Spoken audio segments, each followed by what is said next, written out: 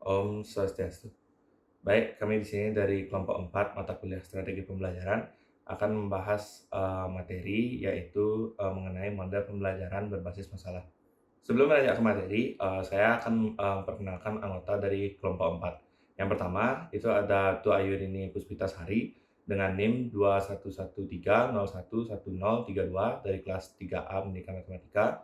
Kemudian ada Nikadek Meta Puspitayoni dari kelas 3A Pendidikan Matematika dengan NIM 2113011065. Kemudian ada saya sendiri, Imade Arta Mulyasa, dengan NIM 2113011053 dari kelas 3B Pendidikan Matematika. Kemudian ada Kadek Dea Andiwi dengan NIM 2113011088 dari kelas 3B Pendidikan Matematika. Kemudian ada Novita Dwi Anggraini dengan NIM 2113011009 dari kelas 3C Pendidikan Matematika.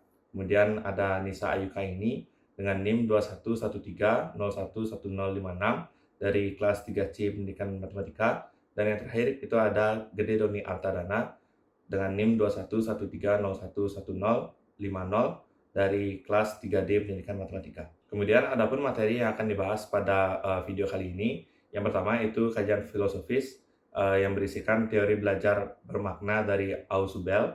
Kemudian yang kedua itu ada teori belajar Vygotsky. Yang ketiga itu ada teori belajar Jerome S. Brunner. Kemudian poin yang kedua itu mengenai kajian teoritik yang berisikan pengertian, karakteristik, tahapan-tahapan, keunggulan, dan kelemahan model pembelajaran berbasis masalah. Kemudian dan poin yang ketiga yaitu adalah implementasi. Baik, di sini saya akan memaparkan pembahasan yang pertama yaitu kajian filosofis. Landasan teori pembelajaran berbasis masalah adalah kolaborativisme, yang dimana kolaborativisme itu merupakan suatu pandangan yang berpendapat bahwa peserta didik akan menyusun pengetahuan dengan cara membangun penalaran dari semua pengetahuan yang sudah dimilikinya. Dari segi pedagogis, pembelajaran berbasis masalah didasarkan pada teori belajar konstruktivisme.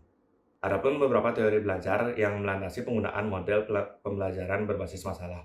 Yang pertama itu ada teori belajar bermakna dari Ausubel, yang dimana Ausubel membedakan antara belajar bermakna atau meaningful learning dengan belajar menghafal atau rote learning. Belajar bermakna itu sendiri merupakan proses belajar di mana informasi baru dihubungkan dengan struktur pengertian yang sudah dimiliki seseorang yang sedang belajar. Sedangkan belajar menghafal atau rote learning diperlukan bila seseorang memperoleh informasi baru dalam pengetahuan yang sama sekali tidak berhubungan dengan yang telah tidak diketahuinya. Kemudian teori yang kedua yaitu teori belajar Vygotsky. Vygotsky meyakini bahwa interaksi sosial dengan teman lain memacu terbentuknya ide baru dan memperkaya perkembangan intelektual peserta didik. Kaitan teori Vygotsky ini dengan model pembelajaran berbasis masalah yaitu dalam hal mengaitkan informasi baru dengan struktur kognitif yang telah dimiliki oleh peserta didik melalui kegiatan belajar dalam interaksi sosial dengan teman lain. Yang ketiga atau yang terakhir yaitu teori belajar Jerome S. Brunner, yang dimana model pembelajaran berbasis masalah memiliki gagasan pembelajaran dapat dicapai jika kegiatan pendidikan dipusatkan pada tugas-tugas atau permasalahan yang otentik, relevan, dan dipresentasikan dalam suatu konteks. Cara tersebut bertujuan agar peserta didik memiliki pengalaman dalam menghadapi kehidupan profesionalnya. Di sini saya akan menjelaskan mengenai pengertian pembelajaran berbasis masalah. Nah, adapun pengertiannya.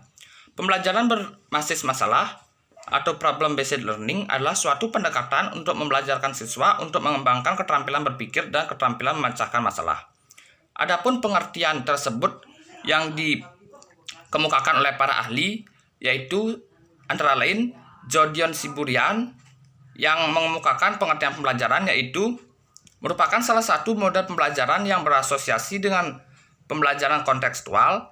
Pembelajaran artinya dihadapkan pada suatu masalah yang kemudian dengan melalui pemecahan masalah, melalui masalah tersebut siswa belajar keterampilan-keterampilan yang lebih mendasar. Kemudian menurut Dutch, pembelajaran berbasis masalah adalah metode instruksional yang menantang peserta didik agar belajar untuk belajar, bekerja sama dengan kelompok untuk mencari solusi bagi masalah yang nyata. Nah, berdasarkan beberapa pendapat ahli, maka dapat disimpulkan bahwa model pembelajaran berbasis masalah atau problem-based learning adalah model pembelajaran yang diawali dengan pemberian masalah kepada peserta didik di mana masalah tersebut dialami atau merupakan pengalaman sehari-hari peserta didik. Baik, di sini saya akan menjelaskan materi mengenai karakteristik model pembelajaran berbasis masalah. Setiap model pembelajaran memiliki ciri masing-masing untuk membedakan model yang satu dengan model yang lain. Ciri-ciri PBM menggunakan masalah nyata sebagai konteks bagi siswa untuk belajar berpikir kritis, keterampilan pemecahan masalah, dan memperoleh pengetahuan mengenai esensi materi pembelajaran. Ciri-ciri pembelajaran berbasis masalah yaitu sebagai berikut. Yang pertama, pengajuan pertanyaan atau masalah sosial. Yang kedua, berfokus pada keterkaitan antar masalah dengan dunia nyata. Yang ketiga, penyelidikan bersifat autentik. Yang keempat, menghasilkan produk atau karya, lalu memamerkannya. Yang terakhir yaitu kerjasama antar siswa dalam menemukan solusi. Selanjutnya yaitu tahapan-tahapan dalam model pembelajaran berbasis masalah. Adapun tahapan-tahapan yang dilakukan dalam penerapan model pembelajaran berbasis masalah yaitu yang pertama, merumuskan masalah yaitu langkah siswa menentukan masalah yang akan dipecahkan.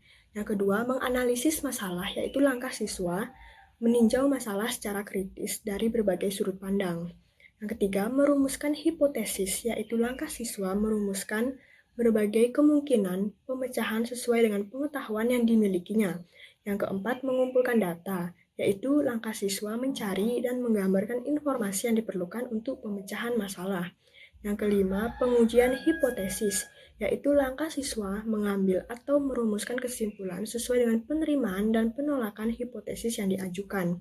Yang keenam, yaitu merumuskan rekomendasi pemecahan masalah yang dapat dilakukan sesuai rumusan hasil pengujian hipotesis dan rumusan kesimpulan. Baik, di sini saya akan melanjutkan presentasi dari rekan saya tentang sistem pembelajaran berbasis masalah. Secara umum, SPBM itu bisa dilakukan dengan langkah-langkah, yaitu yang pertama, menyadari masalah. Implementasi SPBM itu haruslah dimulai dengan kesadaran adanya masalah yang harus dipecahkan. Nah, biasanya masalah tersebut itu melalui pertanyaan, yang dimana pertanyaan dan masalah yang diajukan itu harus memenuhi kriteria, yaitu autentik, jelas, mudah dipahami, luas, dan sesuai dengan tujuan pembelajaran, serta bermanfaat.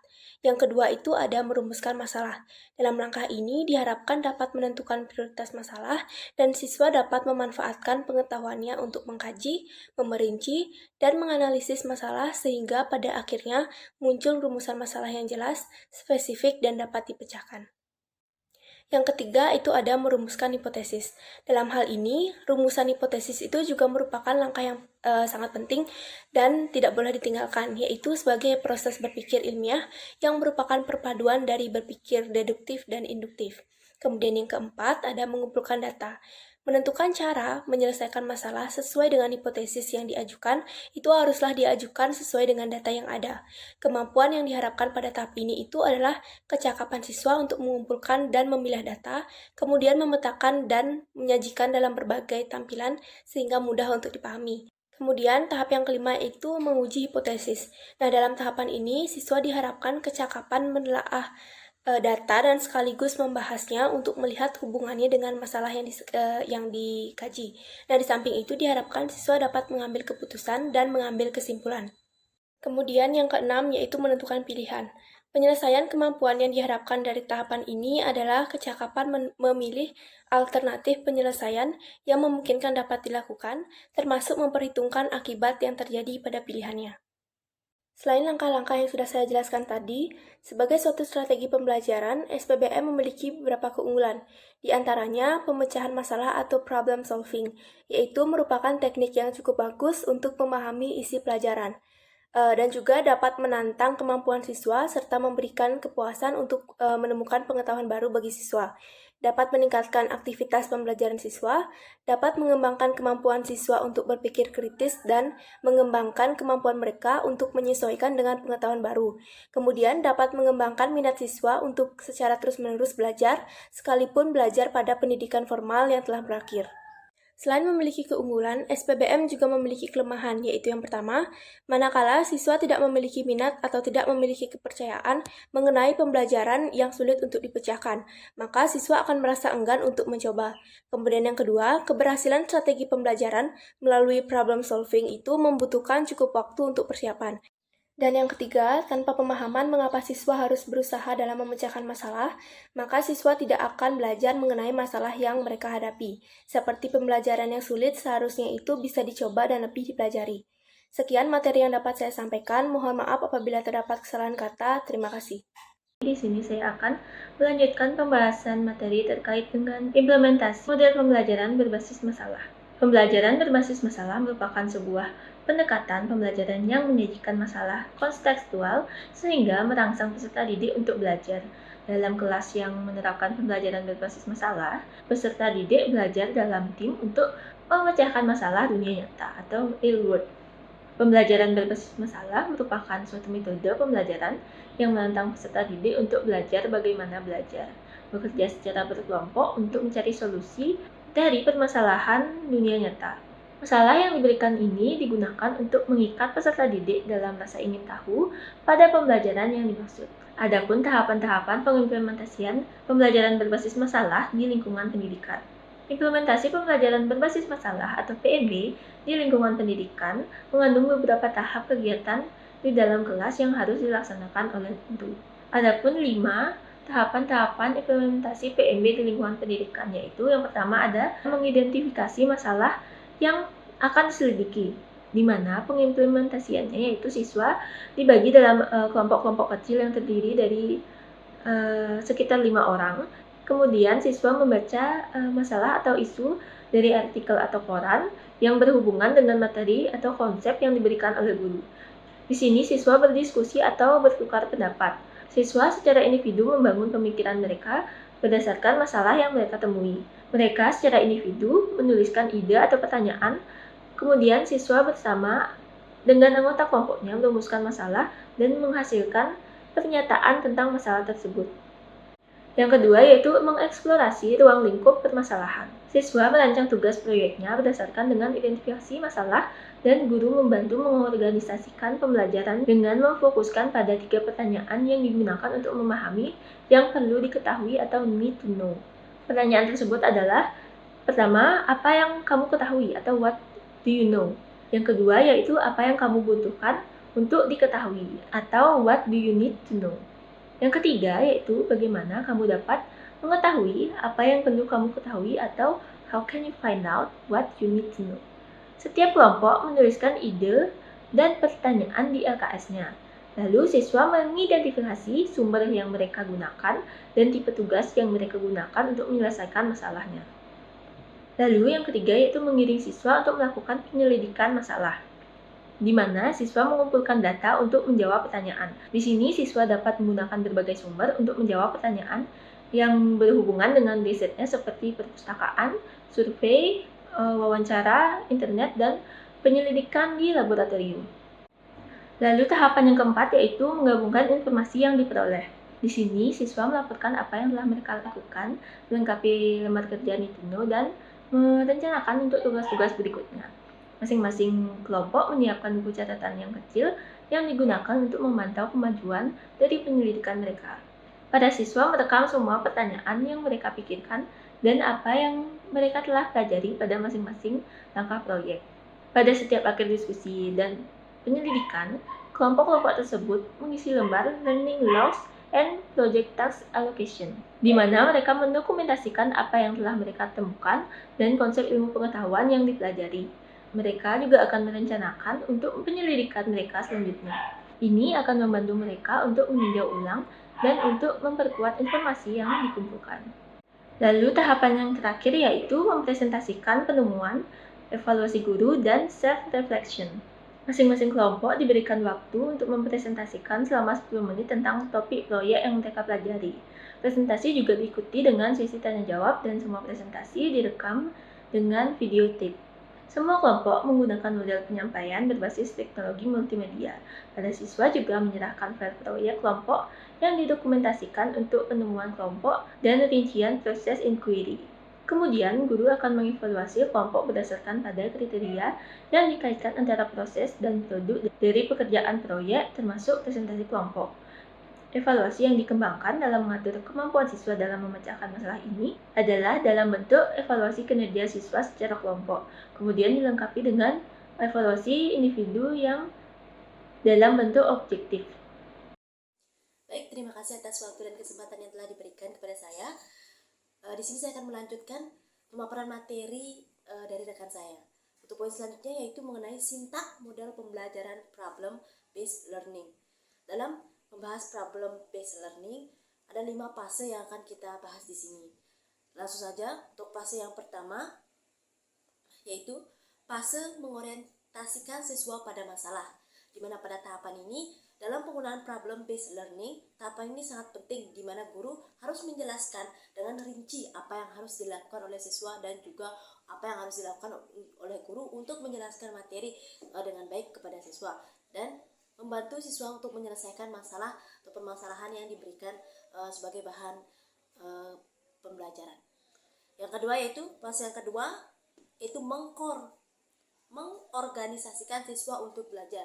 Di mana dalam tahapan ini guru berusaha untuk memecahkan suatu masalah, membantu siswanya untuk menyelesaikan suatu masalah sangat membutuhkan kerjasama dan sharing antar anggota. Oleh sebab itu, guru dapat memulai kegiatan pembelajaran dengan membentuk kelompok-kelompok siswa di mana masing-masing kelompok akan memilih dan memecahkan masalah yang berbeda. Dilanjutkan dengan fase yang ketiga, yaitu membantu menyelidiki mandiri dan kelompok. Di mana dalam tahapan ini, penyelidikan adalah inti dari problem based learning. Pada tahap ini, guru harus mendorong siswa untuk mengumpulkan data dan melaksanakan eksperimen mental maupun aktual sampai mereka betul-betul memahami dimensi situasi permasalahan. Tujuannya adalah agar siswa mengumpulkan cukup informasi untuk menciptakan dan membangun ide mereka sendiri. Dan yang fase keempat yaitu mengembangkan dan menyajikan artefak hasil karya dan memamerkannya. Pada tahapan ini diikuti dengan tahapan penyelidikan, diikuti dengan menciptakan artefak atau hasil karya dan pameran. Kecanggihan artefak sangat dipengaruhi tingkah berpikir siswa. Langkah selanjutnya adalah memamerkan hasil karyanya dan guru berperan sebagai organisator pameran. Akan lebih baik jika dalam pameran ini melibatkan siswanya secara langsung, guru-guru, orang tua, dan lainnya sebagai penilai maupun yang akan memberikan umpan balik atau respon kepada hasil karya dari siswa tersebut. Fase yang terakhir yaitu fase yang kelima, yaitu analisis dan evaluasi dari proses pemecahan masalah. Di mana dalam tahapan ini merupakan tahap akhir dalam problem based learning. Fase ini dimaksudkan untuk membantu siswa menganalisis dan mengevaluasi proses mereka sendiri dan keterampilan menyelidiki dan intelektual yang mereka gunakan. Dan untuk mengukur dan mengetahui capaian hasil akhir dari proses fase pembelajaran dengan problem based problem learning ini. Sekian untuk materi selanjutnya akan dijelaskan oleh rekan saya. Baik, selanjutnya saya akan melanjutkan pemaparan materi dari rekan saya sebelumnya. Di mana dalam model pembelajaran problem based learning, guru matematika sangat berupaya untuk meningkatkan kemampuan siswa dalam memahami konsep serta mampu menyelesaikan masalah. Nah, adapun beberapa cara yang dapat ditempuh oleh guru untuk dalam menguasai konsep serta meningkatkan kemampuan siswa dalam menyelesaikan masalah. Yang pertama yaitu kita dapat memberikan pengertian dan pemahaman kepada siswa mengenai konsep-konsep dalam pembelajaran matematika. Yang kedua, kita dapat memberikan stimulasi secara kontinu kepada siswa agar dapat merangsang keaktifan siswa dalam memahami perbedaan-perbedaan dalam bilangan asli maupun bilangan bulat. Nah, yang ketiga, kita dapat memberikan kesempatan kepada siswa secara aktif untuk dapat menjawab soal latihan dan merangsang siswa yang belum aktif untuk dapat menjadi aktif. Selain ketiga cara tersebut, kita juga dapat memberikan kesempatan aktif secara siswa untuk dapat mendiskusikan materi-materi yang telah dipaparkan dalam kelompok kecil maupun kelompok yang lebih besar. Nah, kemudian kita dapat memberikan reward kepada siswa yang telah aktif dalam bentuk nilai tambah maupun dalam bentuk pujian. Selain itu, kita juga dapat memberikan penghargaan kepada siswa yang telah aktif meskipun jawaban tersebut masih belum tepat, serta kita dapat memperbaikinya dan memberikannya semangat. Kemudian, kita juga dapat menciptakan suasana yang aktif dan menyenangkan agar pembelajaran matematika dapat dipahami dan dapat menyenangkan bagi siswa. Dengan upaya-upaya yang dapat dilakukan oleh guru matematika dalam melaksanakan pembelajaran menggunakan model pembelajaran problem based learning, maka guru tersebut akan mampu meningkatkan kemampuan pemahaman siswa dalam menguasai konsep maupun dalam menyelesaikan masalah serta memberikan solusinya. Baik, selanjutnya yaitu lembar kerja siswa atau LKS yang menggunakan model pembelajaran problem based learning atau berbasis masalah. Nah, dalam lembar kerja siswa yang menggunakan model pembelajaran berbasis masalah ini, di setiap kegiatan atau aktivitas siswa diawali dengan masalah dan diakhiri sampai pada tahap siswa mampu menyelesaikan masalah tersebut. Nah, adapun langkah-langkah dalam lembar kerja siswa yang menggunakan model pembelajaran berbasis masalah ini disesuaikan dengan kurikulum yang berlaku. Adapun kurikulum yang berlaku yaitu menggunakan pendekatan saintifik, di mana yang pertama ada kegiatan mengamati, yaitu mengklarifikasi istilah dan konsep yang masih belum jelas. Yang kedua ada kegiatan menanya, yaitu kegiatan merumuskan masalah dan menganalisis masalah yang telah diberikan sebelumnya. Nah, yang ketiga ada kegiatan menawar, yaitu kegiatan merumuskan hipotesis, dan yang keempat yaitu kegiatan mencoba, di mana siswa mengumpulkan data dan melakukan pengajuan hipotesis. Nah, yang kelima ada kegiatan mengkomunikasikan di mana siswa merumuskan pemecahan masalah yang telah didapatkan.